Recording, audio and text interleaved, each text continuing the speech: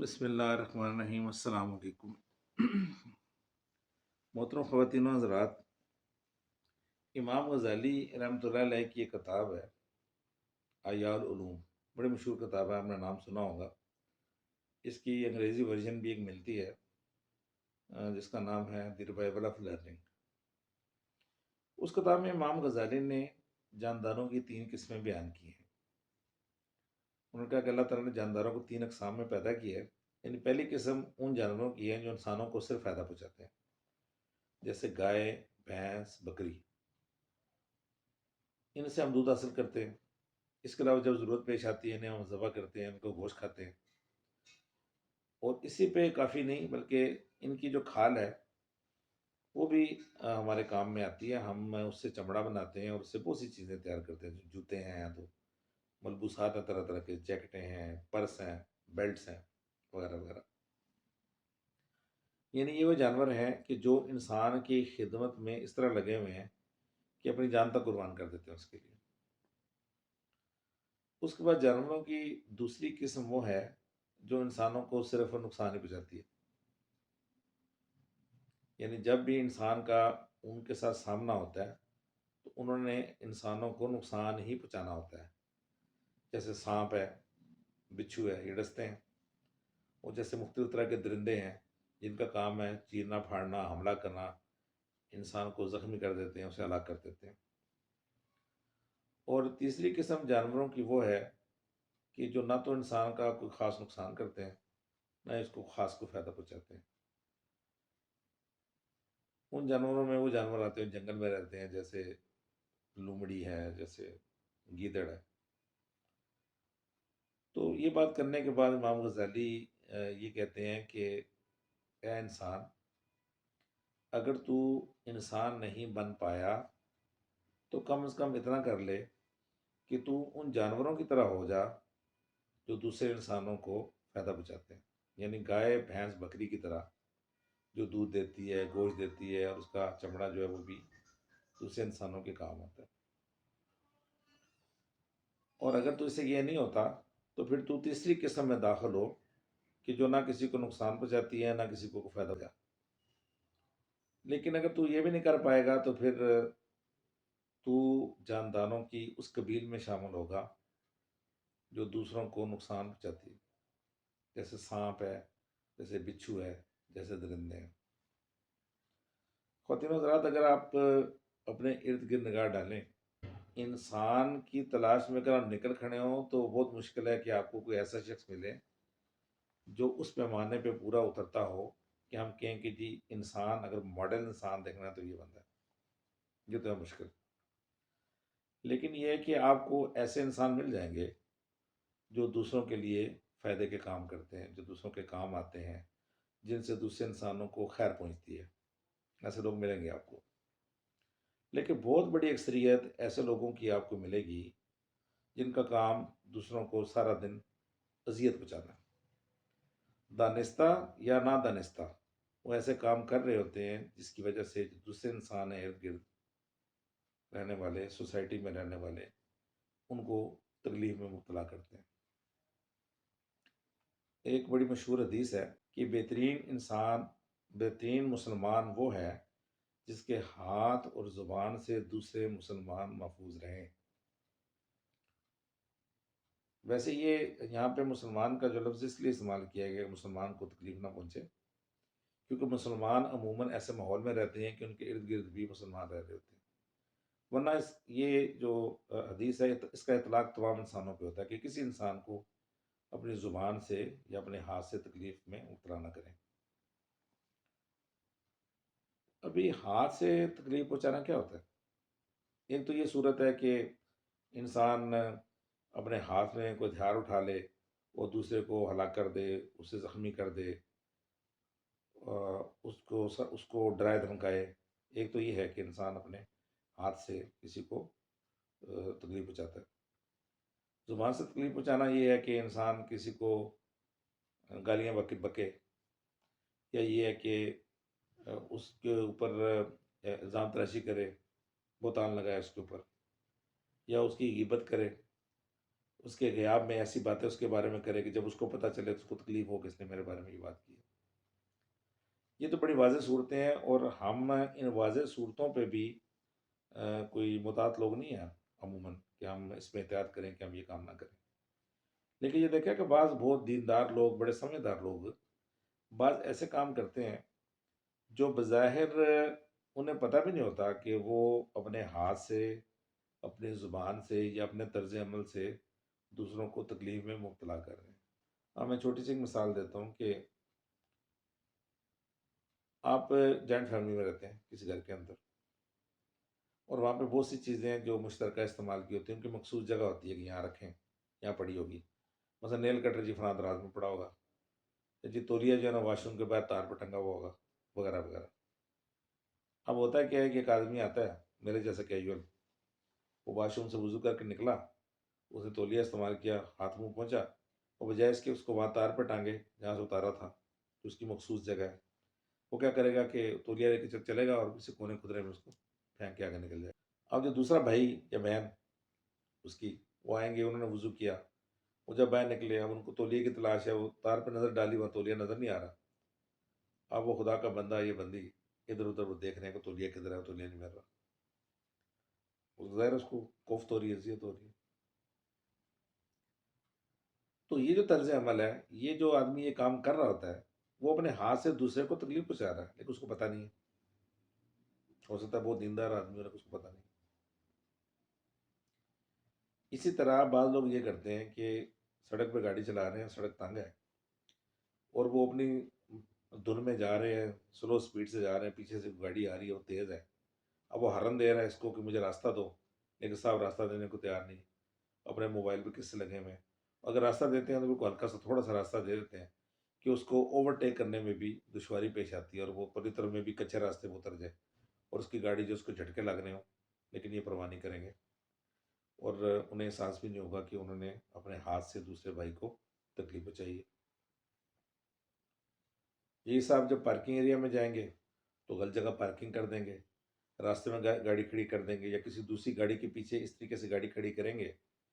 کہ اگر وہ ان سے پہلے آ گیا، یہ گاڑی کھڑی کر کے کسی دفتر چلے گئے، کسی دکان میں چلے گئے،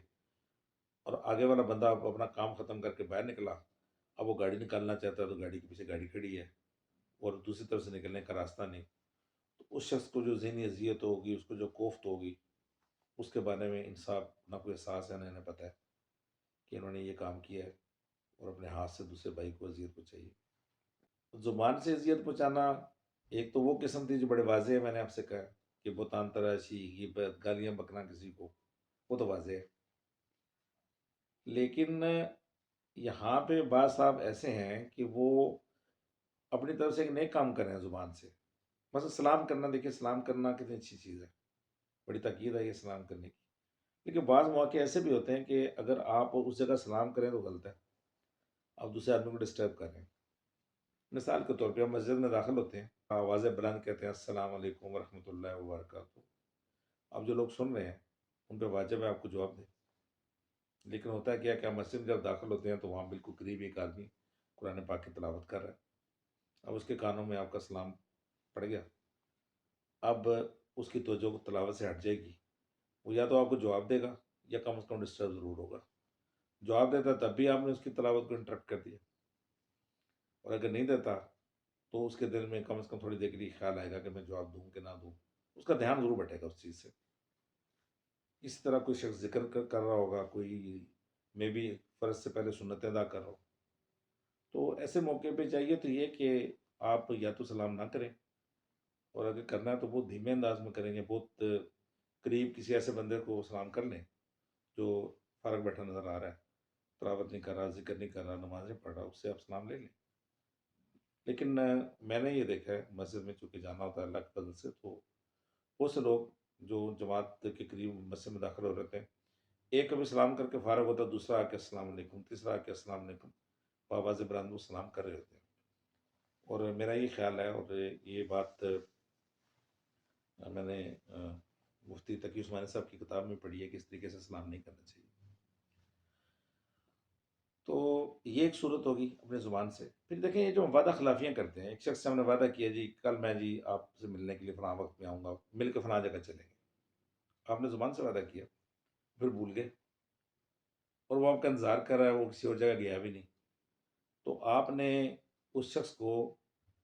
اپنی زبان سے بات کر کے جو آپ نے باندھ دیا تھا، اس کو پابند کر دیا تھا، وہ آپ کی خاطر بیٹھا ہوا ہے اور آپ نہیں آئے، تو آپ نے زبان سے اس کو تکلیف پہنچائی. شخص بیٹھے ہیں، وہ آپس میں بات چیت کریں، کسی عام مسئلے پہ گفتگو کریں، اب ان کی پرائیویسی ہے، اور ہوتا ہے وہ اتنا عام مسئلہ، وہ کسی نتیجے پہنچنا چاہتے ہیں، کوئی بحث کر رہے ہیں، کوئی لین دین کا معاملہ ہے. ایک صاحب آئیں گے، ایک تو بغیر اجازت کے ان کے پاس جا کے کھڑے ہو جائیں گے کہ کیا گفتگو ہو رہی ہے، ہو سکتا ہے ورنہ شیئر کرنا چاہتے ہوں، یا جا کے ان کو جا کے کہیں گے جی السلام علیکم، وعلیکم السلام، کیا حال چال ہے جی، ٹھیک ٹھاک. ویسے گفتگو شروع کر دیں گے، بچوں کا کیا حال ہے، فلاں بیٹے نے امتحان دیا تو اس کا کیا بنا. اب وہ شخص جو ہے نا مختصراً جی ٹھیک ہے جی، فرسٹ کلاس الحمد للہ جی، اس طرح کر کے وہ اشارتاً بتا بھی رہا ہے اس کو کہ جی بھائی چلتے ہو، میں تو ایک کام کی بات کر رہا تھا آپ جائے، لیکن وہ ان کا اشارہ سمجھنے کی کوشش نہیں کر رہے، اور وہاں کھڑے ہیں بس سلام لے رہے ہیں، اپنی طرف سمجھ رہے ہیں کہ میں بڑا اچھا کام کر رہا ہوں، سلام لے رہا ہوں، حال چال پوچھ رہا ہوں اپنے بھائی کا،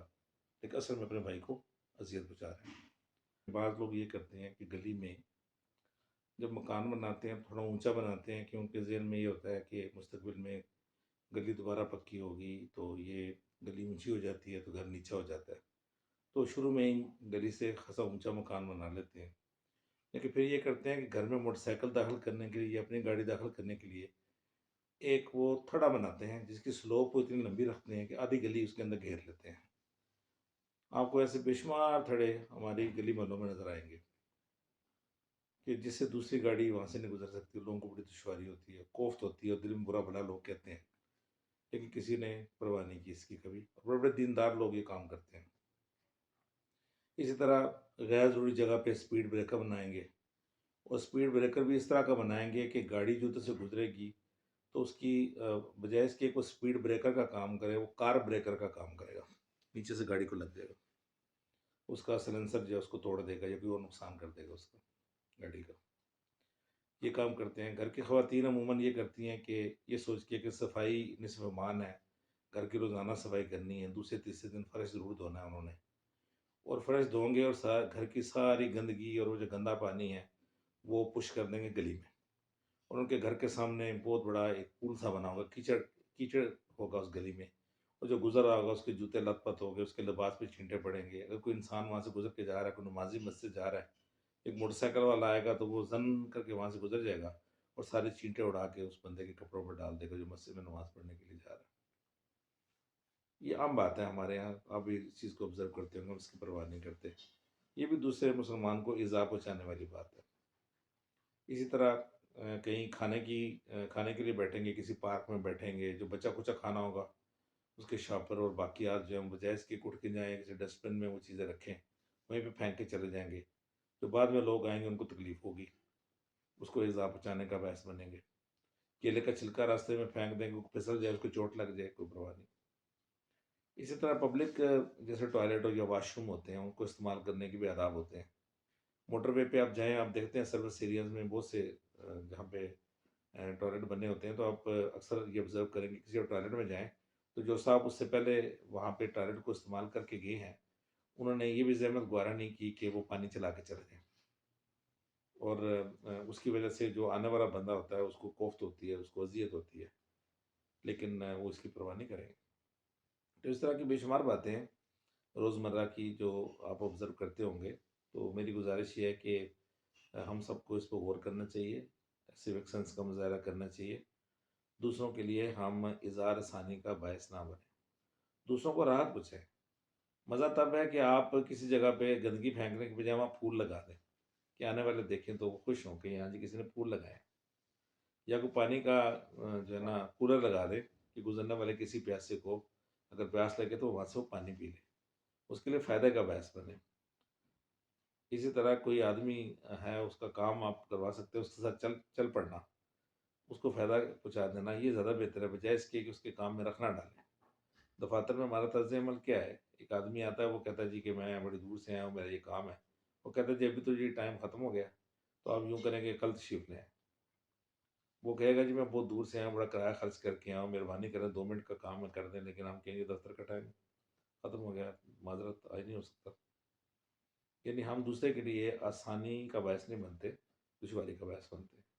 تو میں سب کو اپنے اس طرز عمل پہ غور کرنا چاہیے. السلام